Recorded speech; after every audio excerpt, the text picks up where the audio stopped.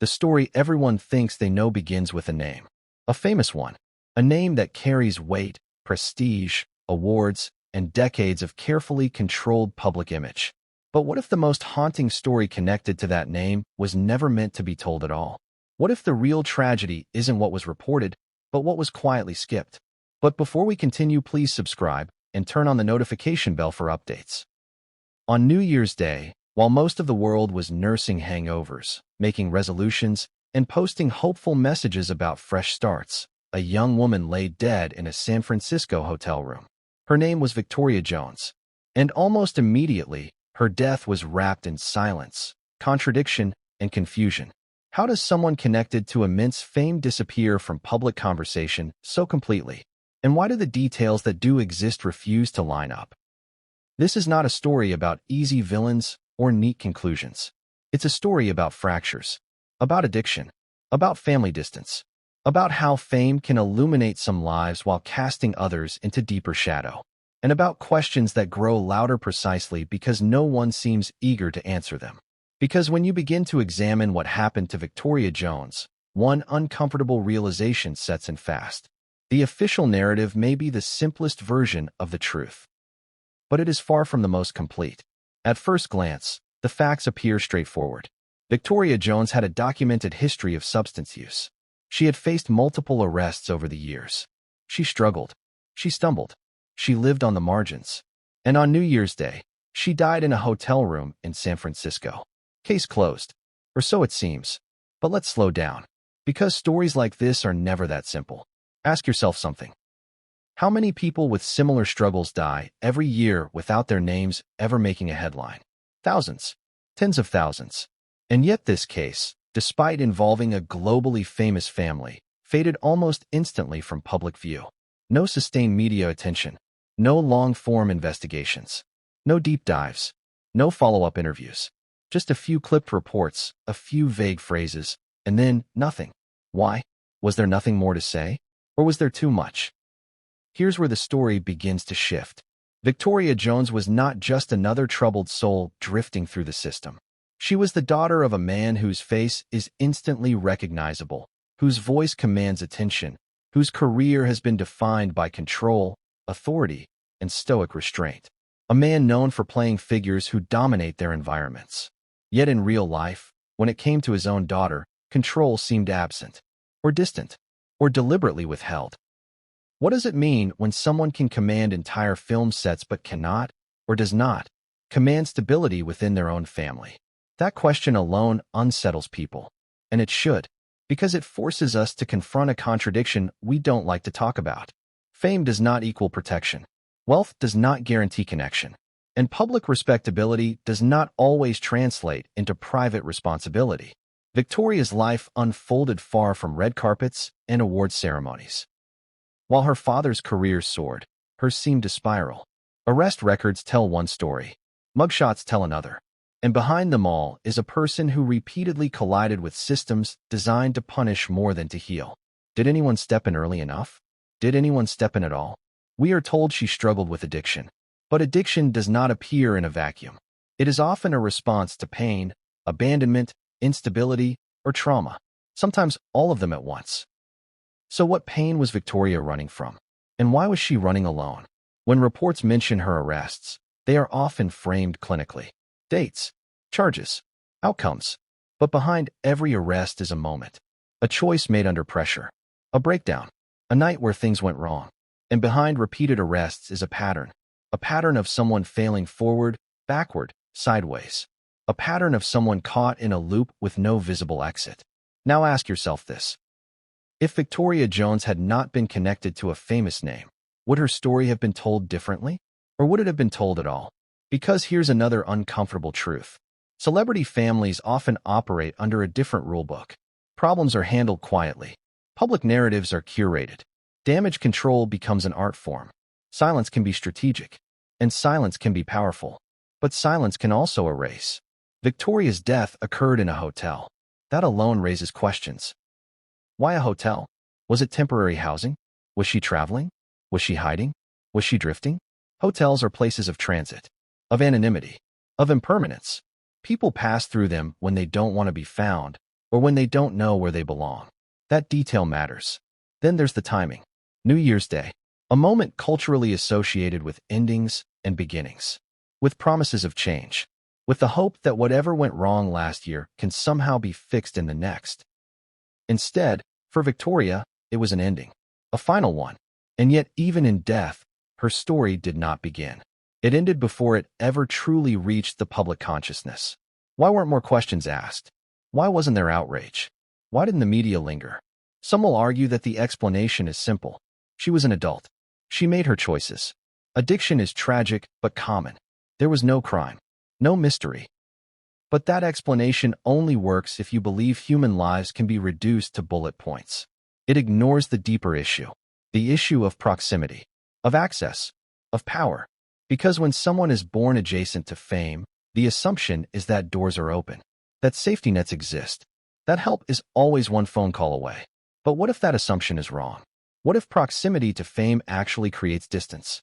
Emotional distance, physical distance, moral distance. What if the pressure to maintain an image makes acknowledging private failure unbearable? Suddenly, the story shifts again. This is no longer just about Victoria Jones. It becomes about the machinery around her, the systems that watched her fall, the institutions that processed her arrests, the family dynamics that remain largely unspoken, and perhaps most disturbingly, the public's willingness to accept a shallow narrative because digging deeper feels uncomfortable. Let's talk about contradictions. We are told she struggled for years, yet long-term struggle often leaves footprints. Outreach attempts, rehab stays, legal interventions, welfare checks, support networks. Where are those stories? We are told her death was tragic but unremarkable. Yet deaths are rarely unremarkable to the people who lived the life leading up to them. Who last spoke to her? Who knew where she was staying? Who noticed when contact stopped? Silence doesn't mean answers don't exist. It often means no one wants to ask the questions out loud. And then there's the larger cultural contradiction. We live in an era obsessed with celebrity transparency, memoirs, confessions, exposés, podcasts where famous people dissect their trauma in intimate detail. Yet when the trauma belongs to someone less powerful within a famous family, suddenly discretion becomes sacred. Why? Is it respect? Or is it avoidance? Is it compassion? Or is it control? These are uncomfortable questions, but discomfort is often where truth begins. As we move deeper into this story, another realization emerges. Victoria's life and death exist at the intersection of two worlds, one of privilege and one of precarity, one of spotlight and one of shadows. And intersections are dangerous places. People get lost there. People fall through cracks. People become footnotes. If you're listening to this and feeling unsettled, good. You should be. Because this isn't a story designed to soothe. It's a story designed to unsettle assumptions. Assumptions about fame, about family, about responsibility, about how much we really know when we think we know enough. In the chapters ahead, we're going to trace Victoria Jones' life step by step. Not to sensationalize it, not to judge it, but to understand it. We're going to look at her arrests not as headlines, but as warning signs. We're going to examine her relationship to her famous parent not through rumor, but through absence. And we're going to ask why, in a world that documents everything, so much about this story remains strangely undefined. Because sometimes, the most revealing detail is not what is said. It's what is never explained. And as we peel back the layers, one thing becomes increasingly clear. The day Victoria Jones died was not the beginning of this story. It was the final chapter of a tragedy that had been unfolding for years, quietly, invisibly, and largely ignored. But what happened in the years leading up to that hotel room? What choices were made, and which ones were never offered? And what truth lies buried beneath the silence surrounding her name? Because once you examine the past, the present starts to look very different. And what comes next will force us to confront a side of this story that few are prepared to face. And once you see it, you won't be able to unsee it. The moment someone says Tommy Lee Jones, you see the face instantly. The deep-set eyes, the gravelly voice, the presence that fills every frame he's in. Authority, gravitas, control. He plays men who dominate rooms, who command attention, who take charge without question. But what happens when the authority that commands a film set cannot command the space closest to home? What happens when a name that carries power, prestige, and decades of acclaim intersects with private tragedy? Victoria Jones grew up in the shadow of that name, though the details of her childhood were anything but public. Early accounts indicate a complicated upbringing, one that some describe as loving but uneven. She was the daughter of a famous actor, yes, but also of a family system fractured by distance, career pressures, and the emotional weight of expectation. It's a paradox that often goes unnoticed. Families like this appear enviable on the outside, but contain cracks so deep, they're invisible to everyone but those inside. Ask yourself, if your parent were constantly in the public eye, would that comfort you or isolate you? Victoria grew up surrounded by the glimmer of fame, but also by the cold reality that public perception often outweighs private needs. Children in such families navigate a unique landscape. They're often taught to conceal struggles, to uphold appearances, to internalize difficulties. For someone with emotional or behavioral struggles, this is a pressure cooker environment.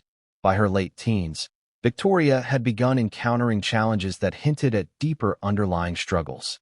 Reports of arrests and brushes with law enforcement began to appear sporadically, painting a picture of a young woman struggling to find stability. Each arrest, each encounter with authority, carried a narrative of rebellion or poor decision-making. But those narratives rarely capture the full story. Behind every mugshot, behind every court record, is a series of circumstances, relationships, and emotional dynamics that aren't captured on paper. Victoria's life seemed to oscillate between attempts at normalcy and periods of turbulence. There are hints of education pursuits, social connections, and moments of independence. But these were often punctuated by setbacks that compounded over time. Addiction is rarely linear. It is rarely forgiving. For Victoria, it was a cycle that carried her further away from stability and closer to the precarious edge she would eventually fall from. And then there's the father-daughter dynamic. How much was Tommy Lee Jones aware of? How involved was he? Publicly, he was quiet, reserved, protective of family privacy. Behind closed doors, he reportedly tried to offer support, but family insiders describe a complex relationship that balanced care with distance, concern with the constraints of celebrity life. For Victoria, navigating that dynamic was challenging. Receiving love through barriers of fame is not the same as consistent emotional availability. It's here, in these early fractures, that the tragedy of her story begins to take shape. People outside the family see success, they see wealth, they see opportunity. But what they often don't see are the invisible systems that fail young people who need more than financial resources: mental health support, emotional scaffolding, consistent parental presence, and access to community networks that understand addiction and trauma. By the time she was in her early 20s, Victoria's pattern of struggles had become more visible. Multiple arrests, substance abuse incidents, and public brush-ups with authorities began to form a patchwork that hinted at escalating distress.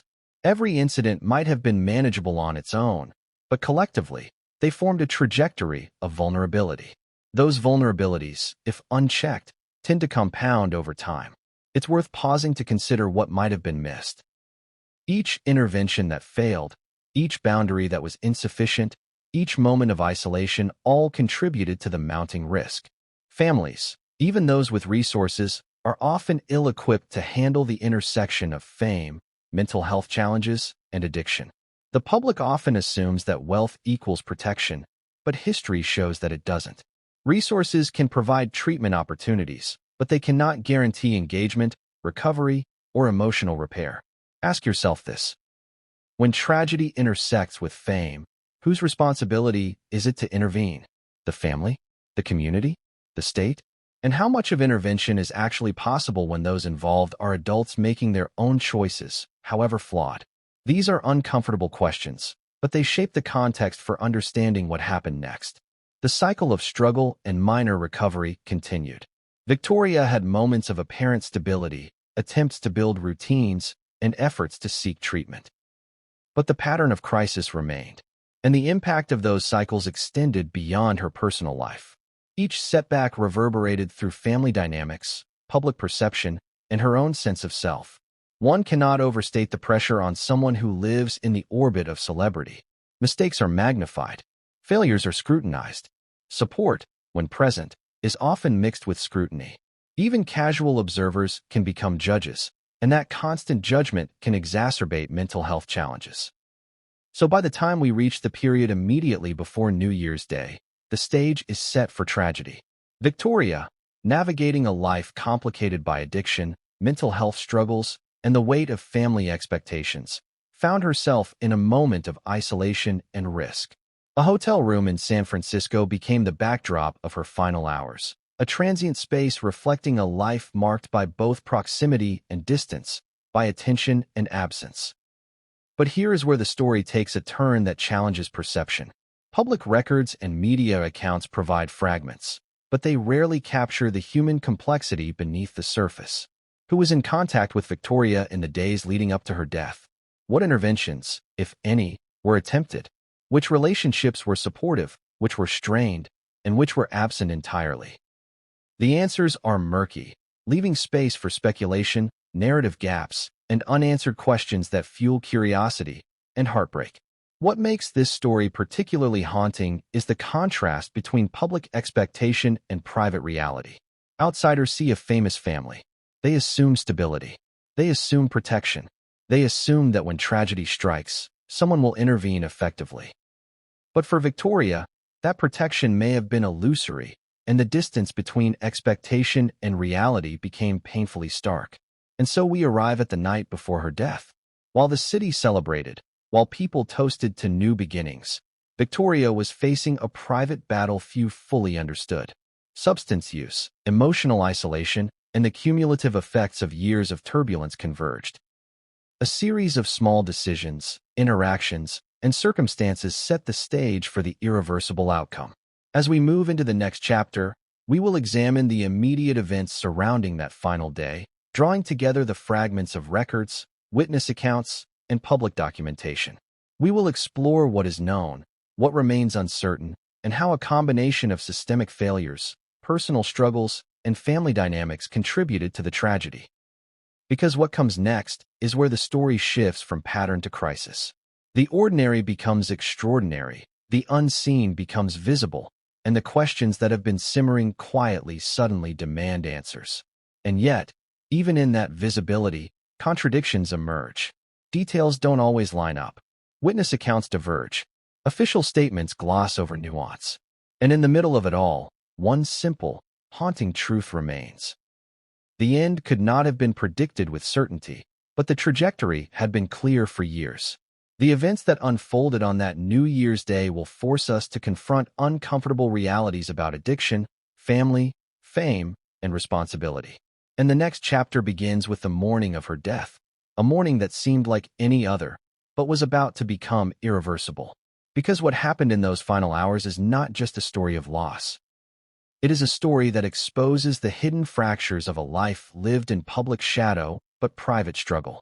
And just as we think we understand the context, a detail emerges that no one expected, one that will challenge everything we assumed about that day, that night, and the fragile balance between proximity and neglect. New Year's Day began like any other in the city, at least on the surface. Streets were busy with late-night revelers returning home. Hotels were cleaning up from holiday celebrations, and San Francisco itself wore that familiar haze of fog and expectation, a mixture of endings and beginnings. But inside a hotel room on one of those busy streets, a private drama was quietly unfolding, one that the public would not see until much later, and even then, only in fragments. Victoria Jones awoke that morning, already carrying the weight of years of struggle. Addiction is not a clean slate. It doesn't reset with the calendar. Each day carries the residues of the last, missed doses of treatment, emotional strain, decisions unmade, and consequences quietly mounting. On this particular morning, the usual mixture of confusion, fatigue, and anxiety accompanied her. It was compounded by isolation. She was physically alone, but emotionally tethered to a network of expectations, disappointments, and past failures that she could not easily escape. At this point, it is crucial to consider the psychology of someone trapped in cycles of substance use and repeated legal trouble.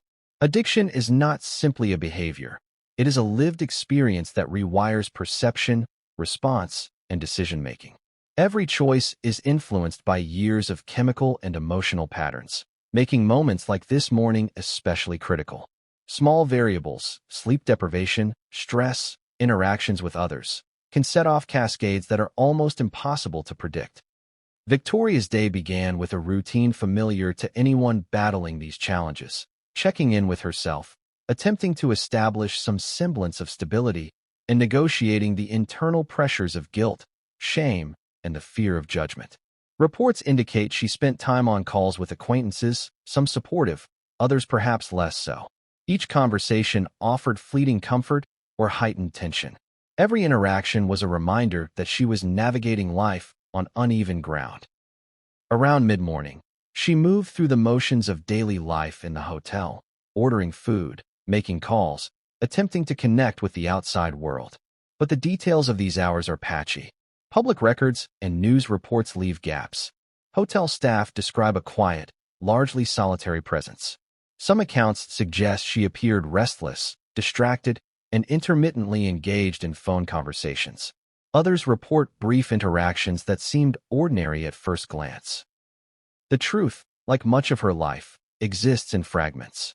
It is in these fragments that a pattern emerges, a sense of unmoored time, of suspended consequence, of a life negotiating the line between public expectation and private chaos.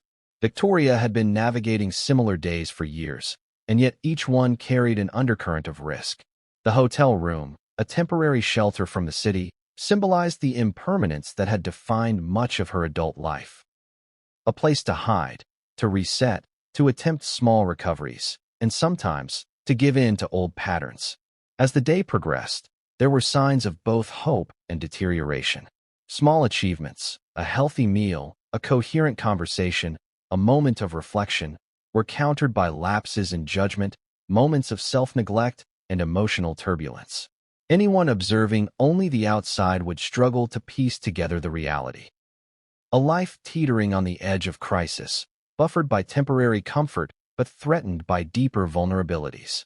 One of the most significant factors in these final hours was the absence of consistent intervention. Family, despite concern, was physically and emotionally distant. Friends, acquaintances, and support systems were fragmented. Addiction creates dependency, yes, but it also creates invisibility. Those suffering can appear functional, approachable, or in control, even when they are quietly unraveling. Between late morning and early afternoon, Victoria engaged in a sequence of actions that, in retrospect, began to indicate escalating distress.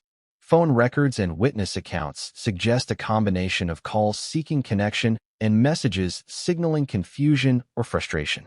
These are the moments that rarely make headlines, but carry enormous significance. A brief call to a friend, a note left on a phone, a text unanswered.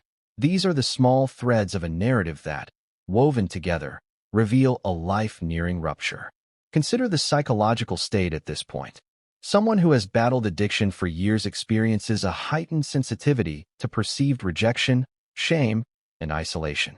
Each small trigger, a delayed response from a friend, a misinterpreted comment, an unmet expectation, can amplify stress. For Victoria, whose life had been punctuated by instability, these factors converged, producing a compounding sense of vulnerability. By late afternoon, the subtle warning signs intensified. Accounts indicate restlessness and a growing sense of agitation. Movements were sporadic, interactions fleeting. Patterns of withdrawal alternated with brief bursts of engagement. This oscillation is common in the lives of those experiencing compounded mental health and substance use challenges. Outwardly, the moments may seem inconsequential. In reality, they are significant markers of escalation, signals that intervention, or at least observation, might have altered the trajectory. Yet, the room remained largely private. Hotel staff, though aware of a guest's presence, are rarely trained to recognize these nuanced behavioral patterns. They are observers, not interveners. And so the day continued, largely unremarked upon, a quiet prelude to a moment that would irrevocably change everything. What makes this day haunting is the layering of predictability and unpredictability. Addiction and struggle often produce repeated behaviors, patterns can be observed in retrospect. Yet every day carries the possibility of deviation. A single conversation, a small act of intervention, an unexpected connection that could shift outcomes. In Victoria's case, the combination of recurring struggles, isolation, and missed opportunities for engagement produced a precarious tipping point. As evening approached, subtle but critical indicators emerged. Observers describe a quiet intensity in her demeanor, a tension that suggested both introspection and agitation. This is the moment where narrative gaps become most significant. What she thought, felt, or intended remains partially inaccessible. Public records cannot fully capture the interior life, the self-dialogue, the emotional negotiation happening in those hours. And yet, these interior experiences are central to understanding the progression of events. One of the most challenging aspects of this day is the contrast between external appearance and internal reality. To the world, the hotel room appeared mundane, a guest going about ordinary routines, making phone calls, ordering food, resting. But internally, Victoria was negotiating the convergence of years of struggle, emotional vulnerability, and the stark reality of her circumstances. This duality, the ordinary and the extraordinary happening simultaneously, is a hallmark of human tragedy. As night fell, the intensity of the situation subtly increased. Details become sparser, and yet every fragment suggests a growing convergence toward the irreversible. The oscillations between calm and distress intensified. Phone calls became fewer, movements less frequent, and the sense of isolation more pronounced. In hindsight, these are the moments that signal impending crisis. And then there is the unresolved question: what interventions could have made a difference? Would a single conversation, a timely check-in, or a moment of connection have altered the outcome? It is impossible to know. But the question itself highlights the fragility of lives existing at the intersection of public expectation and private struggle. The day concluded not with ceremony or acknowledgement, but with quiet inevitability. Victoria's life, marked by brilliance, struggle, and complexity, was approaching its final hours. And the world, unaware of the imminent loss, continued in ordinary motion, oblivious to the tragedy unfolding in a single hotel room. The events of New Year's Day illuminate more than just a life lost. They reveal the hidden mechanisms of neglect, the gaps between public perception and private reality, and the fragility of those who navigate fame, expectation, and personal struggle simultaneously. And just as the night seemed to settle, one detail emerged that no one outside the room could yet interpret, a detail that would later puzzle investigators, family members, and the public alike. One small, almost imperceptible signal that the trajectory of the day had shifted irreversibly. To understand what unfolded in that San Francisco hotel room, we need to rewind, not far, but far enough to see the patterns that defined Victoria Jones' life. Her struggles did not appear overnight. They were cultivated over years, shaped by family dynamics, personal choices, societal expectations, and the invisible weight of growing up in proximity to fame. Every tragedy has a history, and hers is no different. Victoria's early years were marked by glimpses of normalcy and sudden interruptions of instability. Friends and distant family members recall a child who was bright, curious, and fiercely independent, yet sensitive to emotional turbulence. Her father, a man whose career demanded long absences and intense focus, was often physically unavailable. Love, if present, was expressed in moments rather than consistent routines. And those moments, while meaningful, were insufficient to counteract the emotional gaps created by absence. It's important to note that children of high-profile families face unique pressures. Every action is scrutinized, every misstep potentially magnified. Victoria, while not a public figure herself, carried the weight of her family's reputation on her shoulders. In private, mistakes could be forgiven or concealed. In public, perception is everything. These pressures are subtle, yet they shape behavior, self-image, and coping mechanisms in profound ways. Adolescence intensified these pressures. Sources indicate that Victoria began to struggle with mental health challenges in her teen years, anxiety, depression, and difficulties with social integration. These challenges, compounded by the stress of living in a family constantly in the public eye, created a complex landscape for her to navigate. Seeking comfort or escape, she turned, at times, to substances, a decision that would have ripple effects for years to come. By her late teens, the first brushes with law enforcement occurred. Arrests, though individually minor, formed a pattern. Each encounter carried layers of complexity, charges reduced, fines paid, but the emotional imprint remained. Arrest records tell a procedural story, but they cannot convey shame, humiliation, or the private struggles that accompanied them. They are a framework of fact overlaid upon a human narrative. Addiction, legal trouble, and mental health challenges are rarely isolated. They feed on each other. Emotional pain can drive substance use. Substance use can create legal consequences. Legal consequences can deepen shame and isolation. For Victoria, these cycles became recurring motifs. They were warnings and echoes of vulnerability that rarely reached public awareness. The relationship with her father adds another layer of nuance. Tommy Lee Jones, as public persona, represents stoicism, control, and composure. But real-life family relationships are rarely as linear as film roles suggest. Accounts suggest a mixture of care, concern, and distance. Some insiders describe efforts to intervene or offer guidance. Others point to emotional distance shaped by the demands of celebrity life. For Victoria, navigating these dynamics required constant adjustment. Learning when to seek help, when to hide struggles, and how to cope with emotional gaps that couldn't easily be filled. Substance use escalated in sporadic waves. Each period of relative stability was followed by setbacks that, over time, intensified. Attempts at treatment were documented, though often brief and inconsistent. Addiction is not a linear battle. Relapse is part of the process.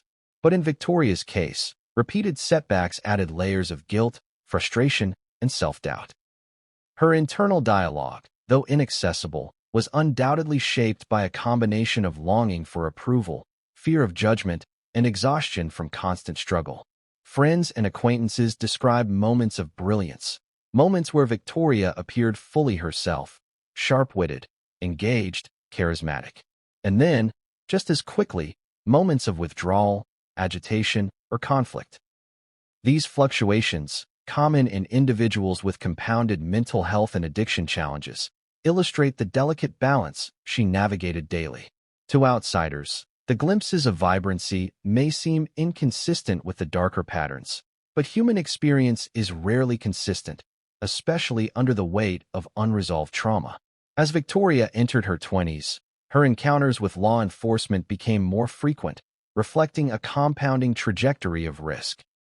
Each arrest, each public record, contributed to a layered narrative, one that outsiders could misinterpret as mere irresponsibility, but which insiders understood as a complex interaction of behavior, circumstance, and unmet needs. Add to this the social pressures of proximity to fame. Individuals like Victoria exist in an ambiguous space, not fully in the public eye, yet constantly influenced by the expectations it imposes. Friends, acquaintances, and even strangers treat them differently.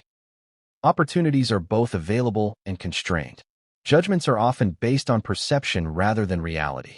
For Victoria, these contradictions likely exacerbated feelings of isolation and internal conflict.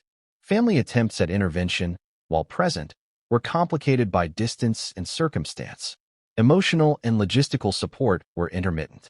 Resources were available, but engagement was inconsistent. In other words, the scaffolding that might have prevented escalation existed, but was imperfectly applied, a recurring theme in stories of tragedy. The impact of repeated cycles of struggle cannot be understated. Addiction, mental health challenges, and legal entanglements create a compounding effect. Each incident does not exist in isolation but interacts with previous experiences to shape perception, behavior, and future risk. Victoria's story illustrates this vividly. What might have been minor setbacks in isolation became cumulative pressures, each layer adding complexity to her circumstances. By the time she approached adulthood, Victoria's life reflected both resilience and vulnerability. She had survived multiple crises, navigated complex social dynamics, and engaged intermittently with systems designed to support her. And yet, the patterns of instability remained persistent. The weight of these patterns, combined with personal and external pressures, created conditions for a tragedy that was, in hindsight, difficult to avert. In understanding Victoria's past, it becomes clear that her death was not a sudden rupture, but the culmination of decades of interplay between individual struggles, family dynamics, and systemic pressures. Each arrest, each lapse in treatment, each moment of isolation contributed to a trajectory that was fragile and unstable. As we prepare to examine the hours leading up to her final moments in the hotel, it is essential to remember the human complexity behind the records and reports. Victoria was more than a headline or a case number. She was a person shaped by circumstances, relationships, and choices. Understanding the context of her life, its contradictions, struggles, and fleeting moments of joy, provides a critical lens through which to interpret the events of New Year's Day. And just as we think we've mapped the landscape of her past, a shadow emerges. One detail, one unresolved pattern, that will prove crucial in understanding how the trajectory of her life converged with the irreversible events that followed. Even as nightfall settled over San Francisco, the city pulsed with its usual energy. Streets buzzed with late-night traffic, restaurants hummed, and hotels glimmered with holiday lights fading into the quiet fog. Yet in one unassuming hotel room, a private narrative was about to reach its devastating conclusion, a narrative marked by years of struggle, attempts at recovery, and the isolating pressures of proximity to fame. Victoria Jones had spent the day moving between moments of relative calm and spikes of agitation. Friends who had spoken to her earlier reported a mixture of hopefulness and frustration in her voice. The oscillation between composure and distress is a hallmark of individuals wrestling with both mental health challenges and substance use. Outward appearances can be deceiving. A calm demeanor may conceal inner turmoil. A brief laugh may hide anxiety. In Victoria's case, these contrasts were pronounced, leaving anyone observing with only a partial understanding of her internal state. By early evening, subtle indicators suggested mounting instability. Accounts describe intermittent phone activity, texts and calls sent, some unanswered, others responded to briefly. These interactions were fleeting but significant. They reflect attempts at connection and communication, perhaps reaching out for support, reassurance, or validation. At the same time, they reveal underlying isolation, responses, delayed or absent, likely reinforced feelings of neglect or misunderstanding. Her movements within the hotel room that evening were sporadic. Walking from window to window, checking messages, pausing to reflect, these behaviors might appear ordinary to an outsider. Yet each action carries the weight of years of accumulated stress, emotional fatigue, and unresolved trauma. The room itself, temporary and impermanent, symbolized both refuge and confinement. It was a place of anonymity, yet also a space where the absence of intervention was starkly evident. It is in these hours that the patterns of addiction, mental health, and relational complexity converge. Substance use, whether active or recent, can heighten emotional reactivity and impair judgment. Coupled with prior trauma, isolation, and the stress of familial and societal expectations, the stage was set for an escalation that was difficult to mitigate without timely intervention. Witness accounts from hotel staff are limited, but they provide glimpses. Victoria appeared largely solitary, occasionally engaged with brief conversations. Observers noted subtle signs of agitation, restlessness, pacing, or sudden withdrawal. These are not dramatic markers in isolation, but in context, they illustrate the tension building in a private space largely disconnected from external support systems. During the evening, one critical element emerges: the dissonance between internal experience and external perception. Victoria's actions may have seemed ordinary to those briefly observing her, yet internally, she was negotiating fear, confusion, and perhaps a growing sense of inevitability. The psychological reality of addiction and mental health challenges is that moments of crisis often unfold in ways invisible to casual observers. Outward calm may mask intense internal struggle. Outward engagement may mask desperation. By nightfall, patterns of isolation intensified. Phone activity diminished. Conversations tapered. Movement slowed. These subtle shifts often precede moments of crisis in individuals struggling with compounded vulnerabilities. Each small behavioral change can be significant, a signal, however faint, of escalating risk. The hotel room, with its lack of oversight, became both a sanctuary and a pressure cooker.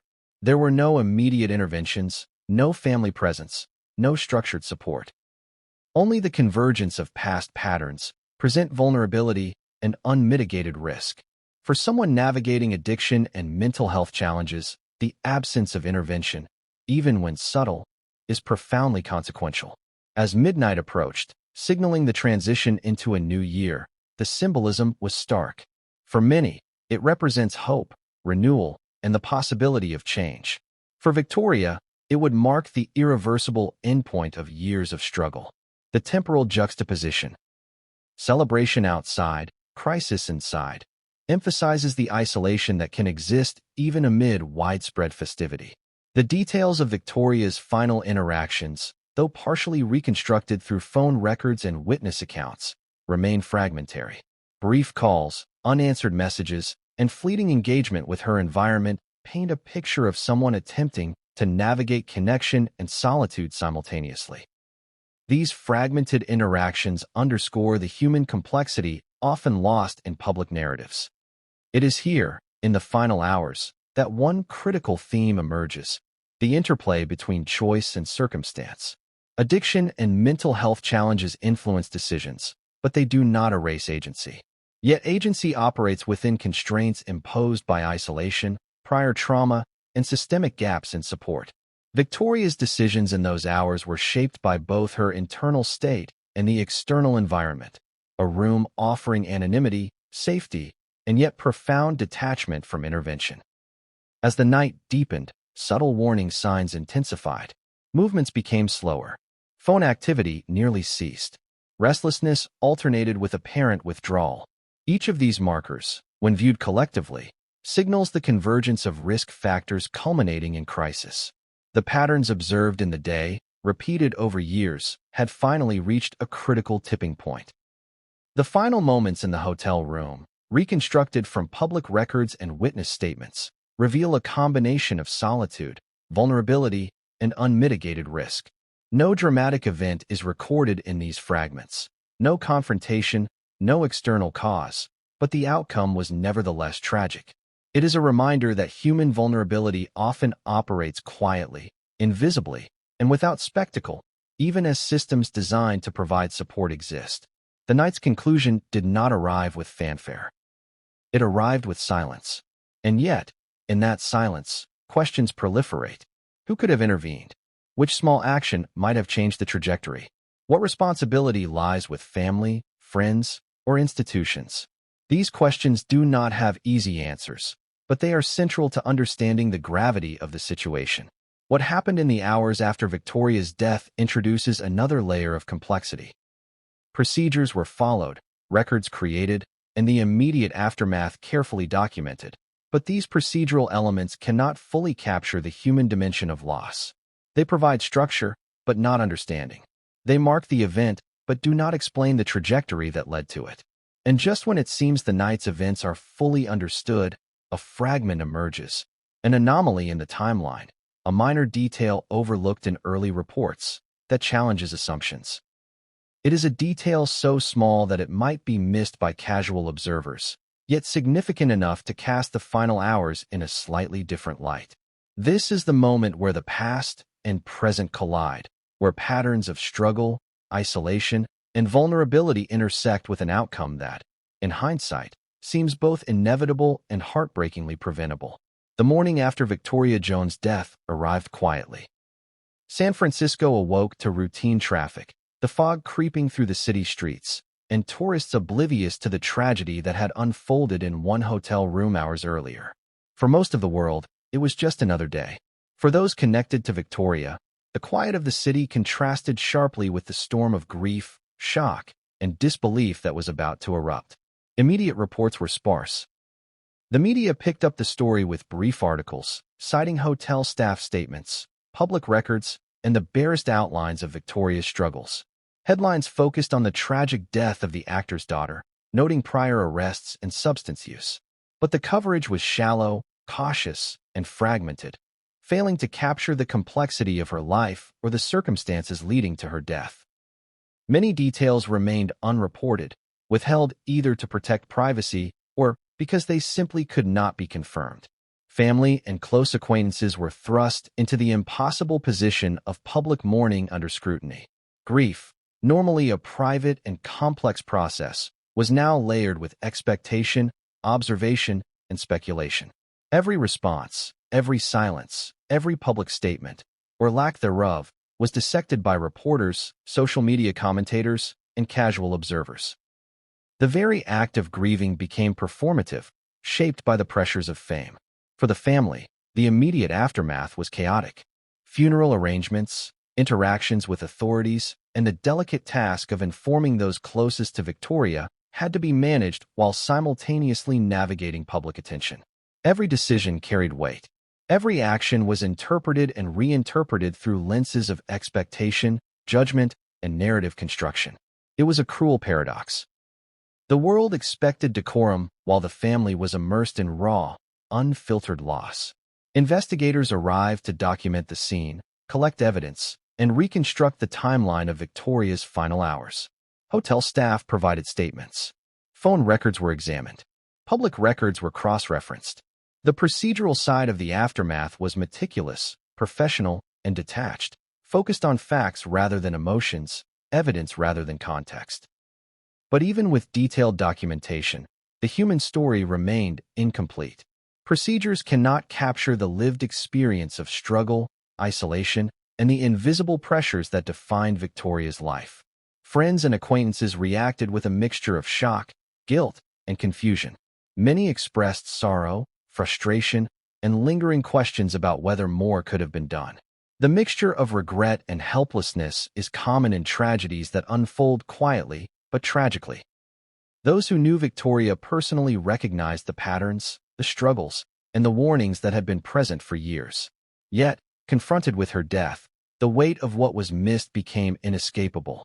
Public perception, meanwhile, began to crystallize around simplified narratives. Addiction, legal trouble, fame-adjacent family. These elements were easy to grasp, easy to discuss, and easily digestible. What was more difficult, perhaps impossible for the media to present, was the nuance.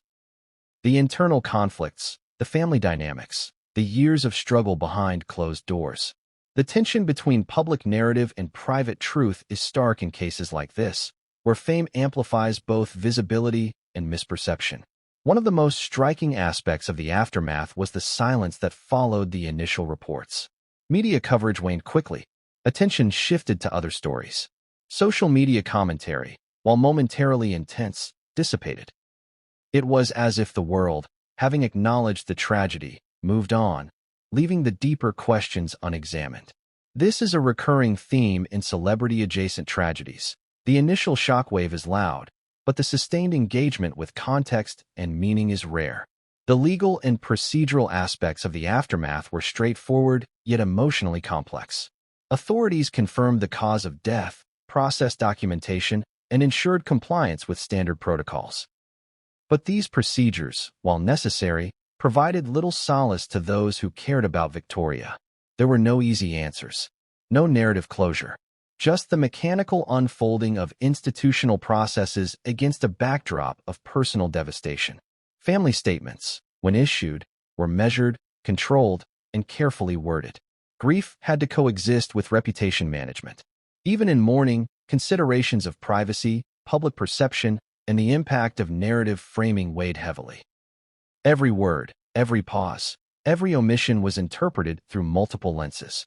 Grief itself became another arena of public scrutiny. Friends, on the other hand, expressed emotions that ranged from sorrow to outrage. Many questioned how someone so young, so talented, and so capable of connection could be allowed to struggle so privately, so invisibly. They highlighted the systemic gaps. Limited access to mental health support, inconsistent intervention, and the isolation imposed by both circumstance and familial proximity to fame. Their observations underscore a painful reality. Tragedy is often the result of cumulative failures, both personal and systemic. Social media, too, played a role in shaping public perception. Rumors, speculation, and fragments of information circulated widely. The fragmented nature of posts, comments, and reactions created a distorted narrative, one that simplified, sensationalized, and occasionally misrepresented the events.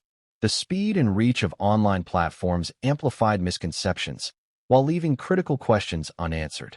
Underlying all of this was a haunting question. Could this have been prevented? Those closest to Victoria, who had seen the patterns, knew the warning signs. They recognized the cycles of struggle and attempted intervention. Yet, despite efforts, the tragic outcome was not averted.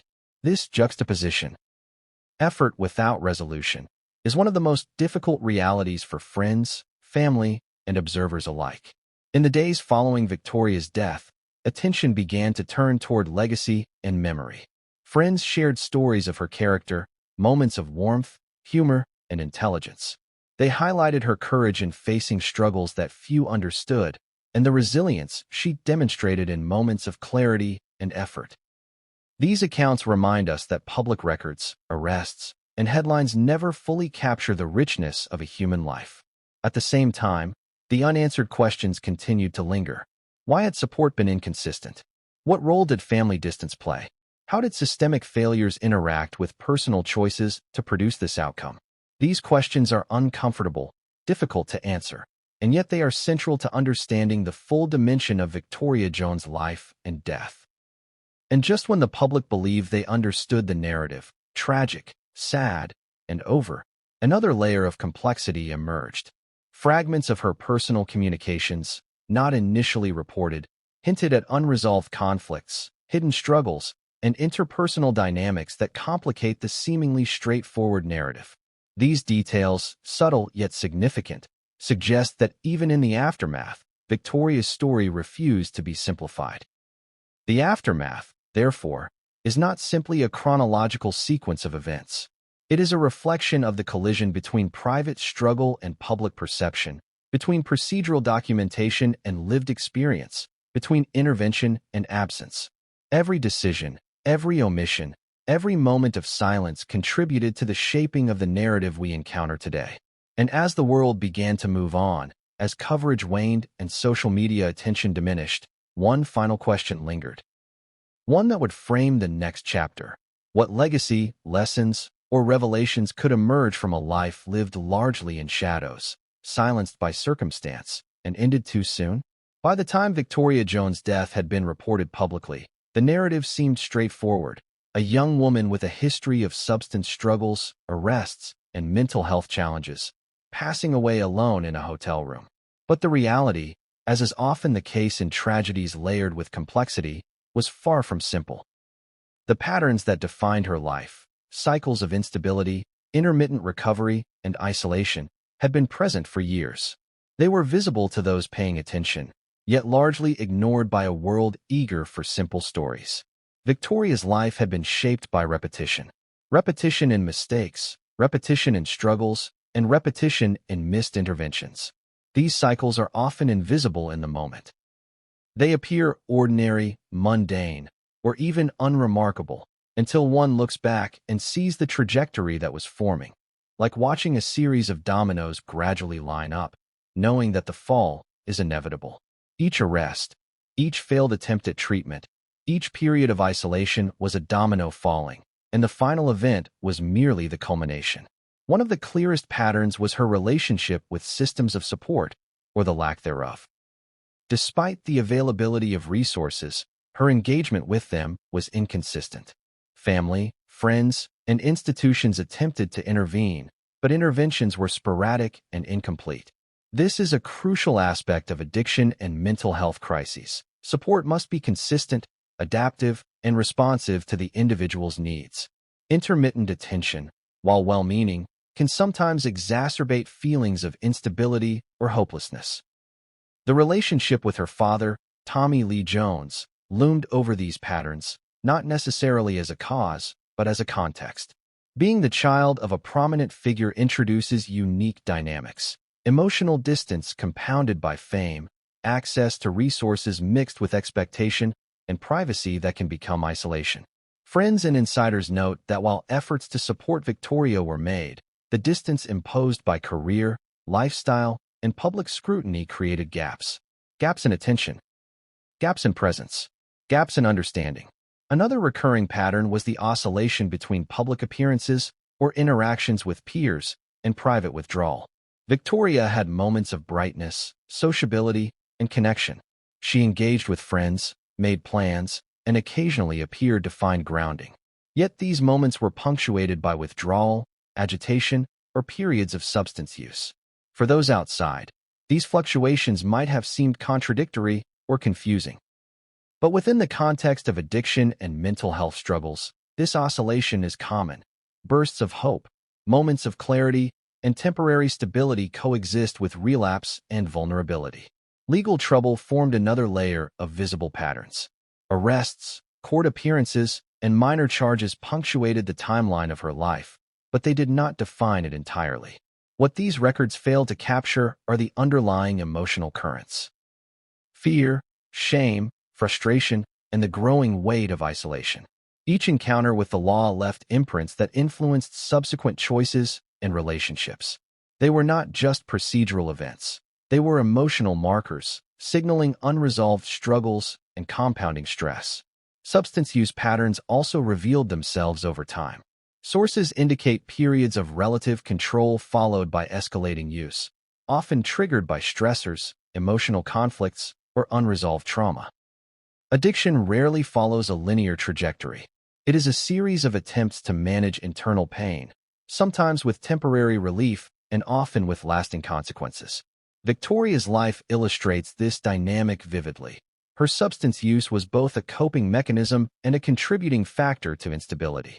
Another pattern, less visible but no less significant, was the role of environment. Hotels, temporary living arrangements, and transient spaces became recurring settings in her adult life. These spaces provided anonymity, refuge, and escape, but they also reinforced isolation. Stability requires more than resources. It requires consistency, belonging, and connection. The impermanence of her surroundings mirrored the impermanence of her support systems, creating a feedback loop of vulnerability. It is also important to consider emotional resilience, or the limits thereof. Victoria had demonstrated moments of courage, intelligence, and resourcefulness. Yet repeated exposure to stress, judgment, and isolation eroded resilience over time. Human capacity for coping is finite, especially when compounded by addiction and mental health challenges. Patterns of struggle intensify when coping mechanisms are overextended or inconsistent. Perhaps the most tragic pattern of all is invisibility. To outsiders, Victoria was someone adjacent to fame, someone whose struggles could be framed simply: arrests, substance use, death. But to those who observed closely, she was a person navigating a labyrinth of systemic gaps, emotional turbulence, and inconsistent support. Her struggles were visible to some, yet ignored or misunderstood by many. This dissonance between visibility and attention is a recurring theme in tragedies, especially those involving high-profile families. As we examine these patterns, one critical insight emerges. Crises do not appear suddenly. They are the product of long-term processes, repeated interactions, and systemic gaps. They accumulate quietly, subtly, and invisibly until they reach a tipping point. Victoria's death was the culmination of repeated cycles, each domino falling closer to a final event that, while shocking in outcome, was consistent with the trajectory of her life. And yet, despite the clarity that hindsight provides, the patterns also present questions that remain unanswered. Which interventions might have changed the trajectory? What role did family presence, or absence, play? How might systemic support have been structured differently to prevent escalation? These questions do not have easy answers, but they are essential to understanding the full scope of the tragedy. In reflecting on these patterns, one realizes that they extend beyond Victoria's story. They speak to broader issues. The fragility of support systems, the invisible pressures of fame, the limitations of intervention, and the ways in which human vulnerability is often overlooked until it culminates in crisis. Each pattern is a lesson, a warning, and a challenge to society's assumptions about who is protected, who is visible, and who is allowed to fall through the cracks. And just as we think we have mapped the trajectory of her struggles, another layer emerges. A subtle contradiction, a detail in the timeline that defies easy explanation. It suggests that even in a life following observable patterns, unpredictability persists. No matter how much one analyzes, some elements resist explanation, adding to the sense of tragedy and unresolved complexity. The patterns of Victoria Jones' life were clear to those who knew her well. They were cycles of struggle and fleeting recovery, isolation and connection, visibility and invisibility. They were the rhythm of a life caught between expectation and reality, between potential and limitation, between hope and despair. But the final chapter of this life had not yet fully unfolded. What remained would test the limits of understanding, challenge assumptions, and reveal truths that no one could have predicted. Even after the public learned of Victoria Jones' death, the story remained filled with gaps. Headlines mentioned substance struggles and prior arrests. They noted the hotel room and the date. But beyond the basic facts, so much remained uncertain. Who had been with her, if anyone, in those final hours? Which attempts at intervention had failed? What moments of clarity, of connection, or of despair went unseen? This is the cruel reality of tragedies like this. The people closest to the events rarely have their perspectives fully represented, and the public rarely has access to the nuanced layers of experience. A death is easy to document. A life, complex, fractured, and dynamic, is far more difficult to capture. Victoria's story, like many that intersect fame and private struggle, exists partially in public record and partially in shadow. Consider the hotel room. Small, private, and temporary, it became both a refuge and a cage. Staff reported minimal interaction, and the timelines of activity are reconstructed through partial phone records and witness statements. But these fragments cannot capture intention, emotion, or inner dialogue. They provide structure without soul. They provide chronology without meaning. Many questions linger about support systems and their role or lack thereof. Friends, acquaintances, and family members had varying levels of engagement. Some were in frequent contact, others remained distant. Interventions were attempted, yet the question remains: were they sufficient? Could a different approach, a different level of engagement, or a timely conversation have altered the outcome? These are difficult questions because human behavior is not always predictable, but the gaps are nevertheless haunting.